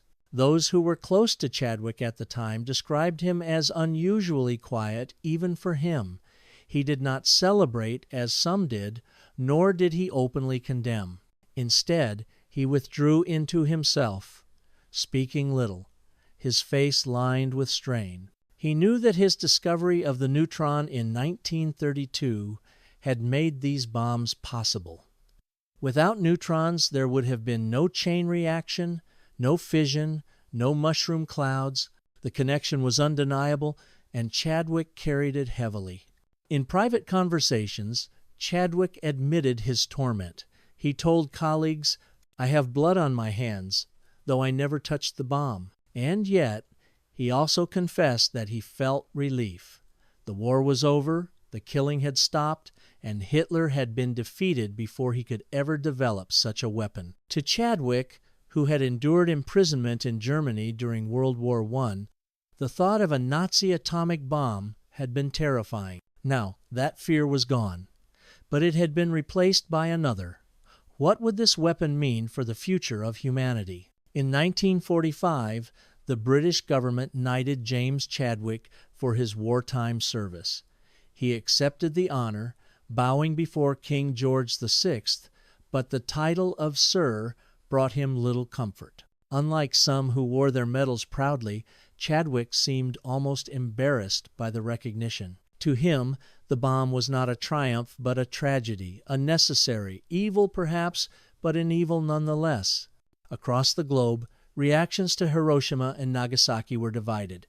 Many celebrated the sudden end of the war, crediting the bombs with saving countless Allied lives that would have been lost in an invasion of Japan.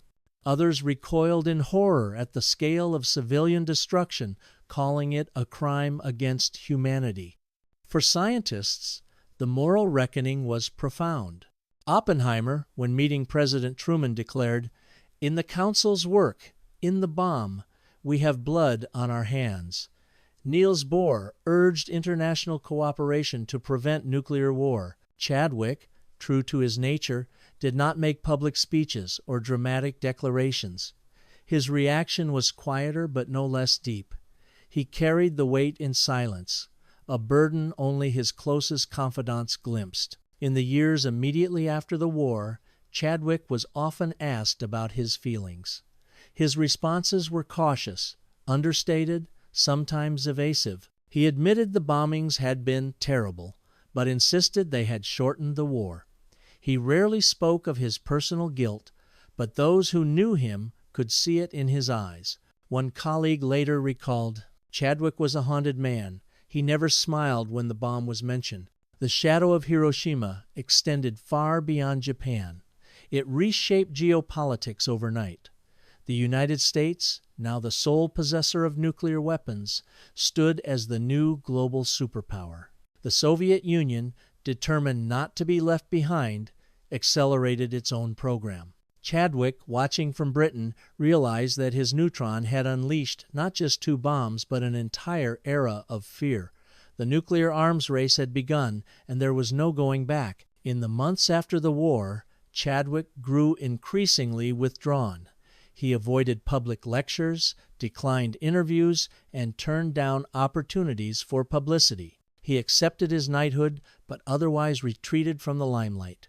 At home with his wife Eileen, he found some peace, but even in domestic quiet, the shadow of Hiroshima lingered. He often walked alone, deep in thought, as if searching for an answer that would never come. The bombings of Hiroshima and Nagasaki marked a turning point in Chadwick's life.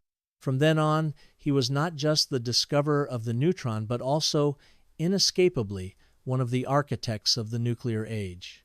He would spend the rest of his career advising governments, shaping policy, and trying to balance scientific progress with moral responsibility. Yet he would never fully escape the burden of those mushroom clouds rising over Japan. After the storm of war and the searing light of Hiroshima, James Chadwick sought refuge in the quieter world of academia. In 1945, shortly after being knighted, he accepted the post of Master of Gonville and Caius College, Cambridge, but within a few years he was appointed Professor of Physics at the University of Liverpool. For Chadwick, Liverpool represented a chance to rebuild, to restore physics in Britain, to guide young scientists, and perhaps to bury himself once more in the slow, steady rhythms of research and teaching. But the man who walked into those lecture halls was no longer the same as the young assistant who once trailed behind Rutherford. He carried the shadow of the bomb with him everywhere. The city Chadwick entered was scarred. Liverpool had endured heavy German bombing during the Blitz. Its docks were shattered, its people weary. The university itself had survived, but resources were scarce, equipment outdated, and morale strained. Chadwick threw himself into the task of rebuilding the physics department. His Nobel prestige gave him leverage to secure funding, his war connections gave him access to government resources, and his reputation attracted ambitious students. Yet even as he ordered new spectrometers and rebuilt laboratories, Chadwick could not escape the uneasy truth. Physics itself had changed. No longer was it a pursuit of pure curiosity. Now it was tied to power, secrecy, and geopolitics. In the lecture hall, Chadwick was as reserved as ever. He spoke softly, often pausing for long silences, as though measuring each word. Students found his style austere, but respected him deeply. To sit in his classroom was to learn from a man who had stood at the very edge of history. He emphasized rigor, accuracy, and humility.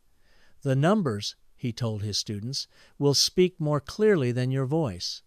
For many, it was a reminder that physics was not about flamboyance, but about precision and patience, the qualities that had made him who he was. Chadwick's influence at Liverpool extended beyond teaching. He worked tirelessly to bring Britain into the new nuclear age, not just militarily, but scientifically. He lobbied for new accelerators, research reactors, and funding for nuclear physics programs. His efforts bore fruit. Liverpool became one of Britain's leading centers for nuclear research. Many of his students went on to distinguished careers, carrying forward the legacy of rigorous experimental physics he had embodied. Yet those who knew Chadwick closely sensed the weight he bore. He seldom spoke of Hiroshima, but when he did, his words were heavy. Once, when a student asked if he felt proud to have been part of the bomb project, Chadwick paused for a long time and then replied quietly, "I am not proud. I am not ashamed. I am haunted." It was perhaps the most honest thing he ever said about it. At home in Liverpool, Chadwick lived with his wife, Aileen Stewart Brown, who remained his anchor. Eileen's warmth balanced his reserve. She handled the social obligations he disliked, hosted guests, and gave their home a sense of normality. Though James was often withdrawn, he was deeply devoted to her. In her company, he could relax, shedding the public mask of the haunted Nobel laureate. Together, they created a quiet, domestic world, far from the noise of politics and history. As Britain sought to develop its own independent nuclear weapons, In the late 1940s, Chadwick played a crucial advisory role. He argued that Britain could not remain a great power without nuclear capability. Though weary of war, he was pragmatic. The world had entered a nuclear era, and Britain must not be left behind. His advice carried weight. In 1947, the British government formally launched its own atomic bomb program. Though Chadwick did not take part directly in weapon design, his authority shaped policy. His neutron, once a laboratory curiosity, had now become a cornerstone of national defense. By the early 1952, Liverpool's physics department had risen from wartime ruin to international prominence. Chadwick, though never comfortable with administrative duties, had provided the leadership to make it happen. Students admired his integrity, his refusal to exaggerate, his quiet devotion to truth. Colleagues respected his steadiness, even if they sometimes wished he were less withdrawn. Yet through it all, the haunted look never left his eyes. Friends remembered him as kind, modest, and deeply private, but also as a man who seemed always to carry a shadow within. The neutron had made him famous, had won him the Nobel Prize, had reshaped science, but it had also tied his name forever to mushroom clouds rising over Japanese cities. No lectures, no rebuilt laboratories, no medals could erase that truth. In Liverpool, Chadwick found purpose again, but not peace. He was respected, honored, and influential, but also restless, burdened, and weary. The man who had once discovered the neutron was now discovering how heavy the weight of history could be. Soon his role as government advisor would grow, pulling him deeper into the politics of the Cold War. The quiet academic of Manchester had become, unwillingly, a statesman of the nuclear age. By the late 1942, James Chadwick was no longer just a physicist. He was a Nobel laureate, the discoverer of the neutron, the scientific father of Britain's tube alloys project, and the man who had represented Britain inside the Manhattan Project. His reputation carried enormous authority. The British government recognized this and drew him deeper into the realm he disliked most, politics.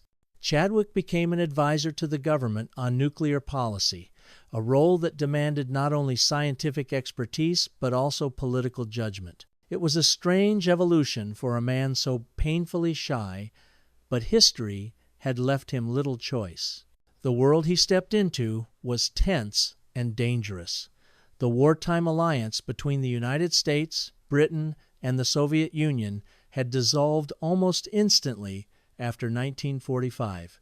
The Soviets tested their first atomic bomb in 1949, shocking the West and ending America's monopoly on nuclear weapons. Britain, meanwhile, faced an identity crisis. Once the world's dominant empire, it was now battered by war, economically weakened, and overshadowed by two superpowers. To remain relevant, Britain needed the bomb, and James Chadwick's voice mattered in deciding how to get it. In 1946, the U.S. Congress passed the McMahon Act, cutting Britain off from further nuclear collaboration. Overnight, the intimate wartime cooperation between Los Alamos and the British mission evaporated. For Chadwick, who had worked tirelessly to ensure British inclusion, this was a bitter humiliation. He had trusted in the Anglo-American alliance only to see it replaced by secrecy and exclusion. Britain, once at the forefront of nuclear science, was now on the outside. But Chadwick refused to give in to despair. He argued that Britain must pursue its own independent program. Without nuclear weapons, he warned, Britain would be reduced to a second-tier power, dependent on American goodwill.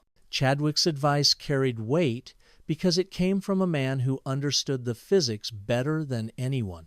Ministers and military officials might not grasp the intricacies of neutron cross-sections, but they knew that when Chadwick spoke, he spoke with authority born of both science and experience.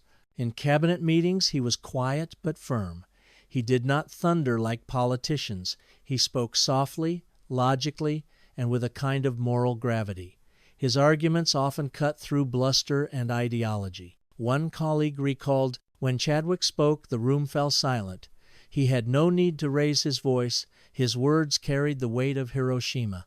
By 1947, the British government formally authorized its own atomic bomb project. Chadwick, though not directly involved in laboratory work, was a key architect of policy. He advised on reactor design, isotope separation, and the feasibility of plutonium production. His wartime knowledge was invaluable. He could warn against dead ends, recommend promising paths, and ensure that Britain's limited resources were spent wisely. When Britain finally tested its first atomic bomb in 1952, it was in no small part thanks to the groundwork Chadwick had laid in the late 1940 seconds. Yet Chadwick was never entirely comfortable with his role. He believed Britain needed the bomb for security, but he was deeply troubled by the direction of the arms race. The United States and the Soviet Union were racing toward hydrogen bombs devices hundreds of times more powerful than Hiroshima. Chadwick feared this escalation, but he was pragmatic. If the world was to live with nuclear weapons, then Britain must not be defenseless. He accepted the necessity, even if it weighed on his conscience. In private, Chadwick often expressed his unease. To friends, he admitted that he sometimes regretted discovering the neutron at all, yet he never fully embraced that regret. He believed scientific knowledge was inevitable, that if he had not found the neutron, someone else would have. What tormented him was not the discovery itself, but the uses to which it had been put. He had given the world a powerful key, and humanity had chosen to use it for destruction. Chadwick never looked like a man of influence. He was shy, stooped, often speaking barely above a whisper. Yet behind closed doors, his words helped shape the future of Britain's defense and science policy. He advised not only on weapons but also on the peaceful use of nuclear energy. He believed strongly in harnessing atomic power for electricity, medicine, and industry. If the neutron had brought darkness, perhaps it could also bring light. As the 1,950 seconds dawned, Chadwick stood at the intersection of science and politics. He had moved far from the quiet laboratory benches of Manchester and Cambridge, yet his shy nature remained unchanged. He did not seek power, but power sought him. Britain's nuclear future bore his fingerprints, even if he wished they were invisible. The haunted scientist had become an advisor to kings and ministers, carrying the burden of both discovery and destruction. In 1945, as the world celebrated victory over fascism, Britain turned to honor those who had guided the nation through its darkest hour. Generals, admirals, politicians, and scientists were recognized for their service. Among them stood James Chadwick, whose quiet discovery of the neutron had become the cornerstone of the Allied victory. Chadwick was summoned to Buckingham Palace, where he knelt before King George VI to be knighted. For the shy physicist from Manchester, the moment was surreal. The man who once dreaded speaking in class now stood in royal halls, recognized as Sir James Chadwick, Knight Bachelor, a figure of national importance. The sword touched his shoulder, the king offered words of thanks, and Chadwick bowed. The cameras flashed, the newspapers celebrated, and Britain gained another scientific night. Yet behind the polished surface of honor, Chadwick remained reluctant. He disliked pomp and ceremony, disliked the medals and titles. To him, the knighthood was less a personal triumph than a recognition of the work of thousands of scientists. Privately, he admitted to friends that the title embarrassed him. He did not feel like a knight. He felt like a man haunted by what his discovery had unleashed. The knighthood was only the beginning. Over the following years, Chadwick received a stream of honors. Membership in the Order of Merit, one of Britain's highest distinctions. Election as a Fellow of the Royal Society. Honorary degrees from universities across Europe and America. Invitations to conferences, councils, and committees around the world. To governments and institutions, he was not just a scientist, but a symbol, the man who had opened the nuclear age. In the public eye, Chadwick was often portrayed as a national treasure, the quiet genius who had helped Britain punch above its weight in science and war. Newspapers printed his photograph serious, bespectacled, unsmiling, and described him as the discoverer of the particle that had changed the world. But the image was misleading. Chadwick was not comfortable in the role of hero. He was not a natural speaker like Oppenheimer, nor a flamboyant visionary like Rutherford. He preferred silence to speeches, modesty to acclaim. At home, Chadwick remained the same shy, reserved figure he had always been. His wife, Aileen, often served as his buffer to the world. She handled social invitations, smoothed over awkward encounters, and allowed him to retreat into the sanctuary of their home when the burden of fame grew too heavy. Those who visited him were often struck by the contrast. The world-famous scientist who seemed happiest tending his garden, walking in the countryside, or reading quietly by the fire. Despite the honors, Chadwick could never escape his inner conflict. Each medal, each ceremony, each public accolade reminded him of the terrible consequences of his discovery. One evening, after returning from yet another award ceremony, he is said to have told his wife, "They cheer me as if I had given them peace, but what I gave them was war." It was a rare moment of candid bitterness. More often, he kept his feelings hidden, bearing the weight in silence. For Britain, Chadwick became more than an individual. He became a symbol of British science, a demonstration that even in an age dominated by American power, Britain still produced figures of global significance. The government often invoked his name in speeches about Britain's nuclear program. His discovery, his wartime service, his knighthood, all were woven into the story of Britain's place in the atomic age. Internationally, too, Chadwick was celebrated. American colleagues welcomed him warmly at conferences, remembering his role at Los Alamos. European scientists honored him for his contribution to nuclear physics. And yet, even among these gatherings, Chadwick often stood at the margins, quietly observing while others debated. Fame had not changed his nature. He was still the quiet boy from Manchester, still uncomfortable with attention. By the 1,952nd, Chadwick was at the peak of recognition, knighted, honored, respected across the world. But honors could not erase the burden he carried. The neutron had brought him fame, but also torment. The knighted scientist was both celebrated and haunted, respected and withdrawn. In the years to come, as he aged and his health declined, this contrast would only deepen. By the mid-1952nd, Sir James Chadwick had reached the height of public recognition. He had been knighted, awarded countless honors, and celebrated as one of Britain's greatest scientists. Yet as the Cold War deepened and nuclear arsenals multiplied, Chadwick felt increasingly weary. In 1959, he retired from his post at the University of Liverpool and moved with his wife, Aileen, to Cambridge. It was a return to familiar ground, the city where he had once worked alongside Rutherford, where the neutron had been discovered, and where his career had first blossomed. But this time, he returned not as a rising physicist, nor as a wartime envoy, but as an elder statesman of science, seeking peace in the twilight of his life. Life in Cambridge was deliberately modest. Chadwick and Aileen lived in a comfortable but unpretentious home.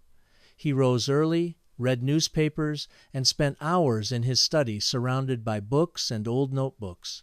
He enjoyed slow walks along the river Cam, sometimes stopping to watch students row, his hands clasped behind his back.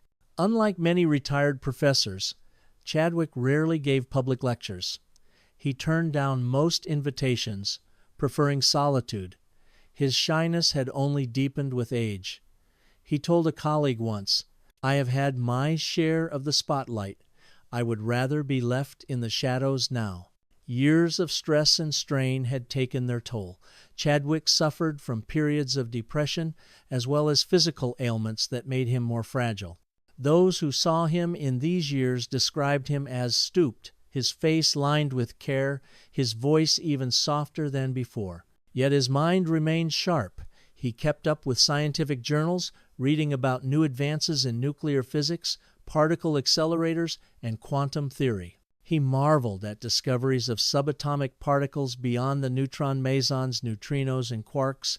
"The nucleus," he once said, "is even stranger than I ever imagined." But even in retirement, the shadow of Hiroshima and Nagasaki never left him. In conversations with close friends, he returned again and again to the same haunting theme, the moral weight of his discovery. He admitted that he sometimes wished he had never found the neutron, yet he also insisted that science was inevitable, that if not him, someone else would have discovered it. The tragedy, he believed, was not in the discovery, but in the way humanity chose to use it. One friend remembered him saying, "We scientists are explorers. We uncover the truths of nature, but once the truth is known, it cannot be unlearned. The question is always, what will men do with it?" At home, Eileen provided comfort and stability. She hosted small gatherings, managed correspondence, and shielded James from excessive demands. Their marriage, quiet and devoted, was a source of strength. Visitors often found the Chadwicks' home filled with books, flowers, and the gentle rhythms of ordinary life. The contrast between this domestic peace and the cataclysmic legacy of Chadwick's work was stark. Though retired, Chadwick could not entirely escape public life. He was sometimes asked to advise on nuclear policy, particularly in the tense early years of the Cold War. He did so reluctantly, preferring to remain in the background. He also attended occasional ceremonies, such as dedications of new laboratories or anniversaries of scientific milestones. At these events, he spoke briefly, always modestly, never dramatizing his achievements. In these years, Chadwick often reflected on his old mentor, Ernest Rutherford. He admired Rutherford's confidence, his booming laughter, his certainty that science was always a force for progress. Chadwick, by contrast, had lived long enough to see progress bring both light and darkness. He sometimes wondered what Rutherford would have thought of the bomb.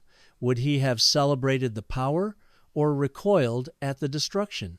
Chadwick suspected that even Rutherford would have been troubled. By the 1,960 seconds, James Chadwick was recognized as one of the great figures of 20th century science. Students studied his neutron discovery in textbooks. Historians wrote of his role in the Manhattan Project. Politicians invoked his name when speaking of Britain's nuclear independence. Yet to Chadwick himself, these honors felt distant. He saw himself not as a hero, but as a man who had done his work, borne his burdens, and longed for quiet. In Cambridge, Chadwick lived out his final years in the shadow of both glory and guilt. He was respected, even revered, but also haunted. His neutron had changed the world, but it had also chained him to the mushroom clouds of 1,945. As the 1,970 seconds dawned, age and illness began to overtake him. The end was approaching, and with it the closing of a life that embodied both the triumph and the tragedy of modern science. By the early 1,970 seconds, Sir James Chadwick was an old man. His hair had turned thin and white, his shoulders stooped. He still lived quietly in Cambridge with his wife, Eileen, surrounded by books and memories. He no longer lectured, no longer advised governments, no longer appeared at conferences. His life had narrowed to walks in the garden, occasional visits from colleagues, and long hours of reflection. Though his body weakened, his mind remained keen. He followed developments in physics with fascination. Quarks, neutrinos, the early whispers of particle accelerators probing ever deeper into matter. He remarked once to a visitor, "The more we learn, the less we know." It was a humble acknowledgment that even the discoverer of the neutron knew he had only glimpsed part of the great mystery. As illness crept in, Chadwick withdrew further. He rarely entertained visitors and often turned down invitations. Even among friends he spoke little. He seemed tired not just from age but from the lifelong burden he carried. Yet he remained devoted to Eileen, who cared for him with quiet strength. Their companionship endured as a final sanctuary, a refuge from the storms of history. On the 24th of July 1974, James Chadwick died in Cambridge at the age of 82. His death was peaceful, marked not by drama but by the quiet dignity that had characterized his entire life. The news rippled through the scientific community. Obituaries appeared across the world, honoring him as one of the giants of 20th century physics. The Royal Society praised his precision and perseverance. American colleagues remembered his role at Los Alamos. British papers hailed him as the man whose discovery secured Britain's place in the nuclear age. But among those who had known him personally, the tributes were more intimate. They spoke of a man who was gentle, modest, and deeply private, a man who never sought fame, but to whom fame had come unbidden. Chadwick's legacy was complex. On one hand, he was celebrated as the discoverer of the neutron, a triumph that transformed science. The neutron made possible modern nuclear physics, reactors that generated electricity, isotopes used in medicine, and a deeper understanding of the atom's structure. On the other hand, his discovery also enabled the creation of the atomic bomb. Hiroshima and Nagasaki were inescapably linked to his work. For some, this cast a shadow over his legacy. Could one man be blamed for how others used his discovery, or should he be honored simply as a seeker of truth? Historians still debate the question, but most agree that Chadwick himself carried the burden heavily, haunted but never bitter, aware that history had placed him in an impossible position. Compared to figures like Oppenheimer, who became a public symbol of guilt and genius, Chadwick remained in the background. He never delivered poetic speeches, never courted attention, never sought to dramatize his role. He was in many ways the opposite of Oppenheimer, silent where Oppenheimer was eloquent, private where Oppenheimer was public. Yet the weight they carried was the same. Both men knew they had changed the world, and both lived in the long shadow of their work. Today, Chadwick is remembered primarily for one thing: the neutron.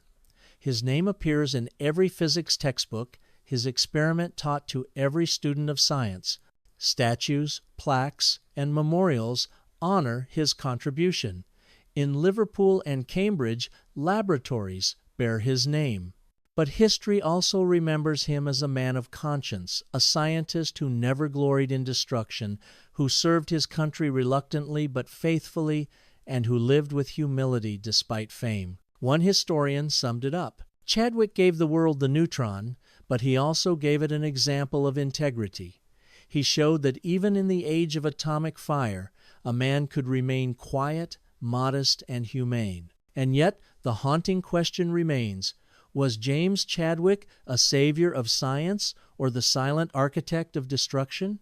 Perhaps he was both, or perhaps, like all great scientists, he was simply a man who uncovered a truth of nature and left the world to decide what to do with it. In the end, Chadwick's life embodied the paradox of modern science, that knowledge is power, and power is both creation and destruction. The neutron, neutral and silent, became the symbol of this duality, and the man who discovered it carried its shadow until his dying day. From the soot-darkened streets of Manchester to the polished halls of Stockholm, from the cramped barracks of Ruhleben prison camp to the secret desert laboratories of Los Alamos, James Chadwick's life spanned the arc of the 20th century's most dramatic scientific revolution. He was a man of contradictions, shy yet thrust into global fame, modest yet burdened with immense responsibility, a seeker of truth, yet haunted by the uses of that truth. The neutron he discovered in 1932 was both his triumph and his torment. It opened the door to medical isotopes that save lives every day and to bombs that killed hundreds of thousands in moments. It reshaped physics, politics, and morality, binding his name forever to both progress and destruction. Chadwick's story forces us to confront a timeless question: what is the responsibility of the scientist? Is it enough to seek truth, to peel back the mysteries of nature and let others decide what to do with them? Or must the scientist also bear the weight of consequences, choosing whether some knowledge should remain undiscovered? Chadwick himself never offered a clear answer. At times, he seemed to suggest inevitability, that if he had not discovered the neutron, someone else surely would have. At other times, he admitted to feeling haunted, as though fate had chosen him specifically to unleash forces he could not control. Perhaps he embodied the paradox itself, a man who believed in science yet feared its power. The neutron symbolizes the double-edged sword of modern knowledge. On one edge, nuclear power, clean electricity, medical advances, deeper understanding of matter itself. On the other, Hiroshima, Nagasaki, the Cold War arms race, and the threat of annihilation. Chadwick's life shows that discovery cannot be separated from its consequences. A particle invisible to the naked eye became the most consequential key of the 20th century. As the world continues to grapple with new technologies, artificial intelligence, biotechnology, quantum computing, the story of James Chadwick remains a warning. Every breakthrough carries within it both promise and peril. Every discovery can be used to heal or to harm. The scientist may begin in curiosity, but sooner or later, society must decide what to do with the truth uncovered. Chadwick's silence, his modesty, his haunted look, these are reminders of the cost when humanity chooses poorly. And yet, behind the neutron, behind the mushroom clouds, there was simply James Chadwick, a shy boy from Manchester who loved numbers, who endured imprisonment in a German camp, who worked tirelessly under Rutherford, who carried a quiet determination that once he bit into a problem, he never let go. He was not a politician, not a warrior, not a man of speeches. He was, at his core, a scientist, precise, patient, persistent. History made him more than that, but it never changed who he was. So, was James Chadwick the savior of modern science, or the silent architect of destruction? Was he a hero or a cautionary tale? The truth, perhaps, is that he was both and neither. He was a man caught in the tide of history, who uncovered a truth too powerful to be ignored. He lived long enough to see both the glory and the horror it unleashed. The neutron is neutral, neither good nor evil. It's simply island, and so too was Chadwick, a man who revealed what was hidden, leaving the judgment to the world. On the 24th of July, 1974, when James Chadwick died in Cambridge, the newspapers spoke of his Nobel Prize, his knighthood, his discovery. But those who knew him best remembered the quiet man who walked alone in gardens, whose eyes carried both wisdom and sorrow. The neutron remains with us in every reactor, every medical scan, every warhead. And with it remains the question that defined Chadwick's life. Can humanity be trusted with the truths it discovers? It is a question with no final answer, an eternal question.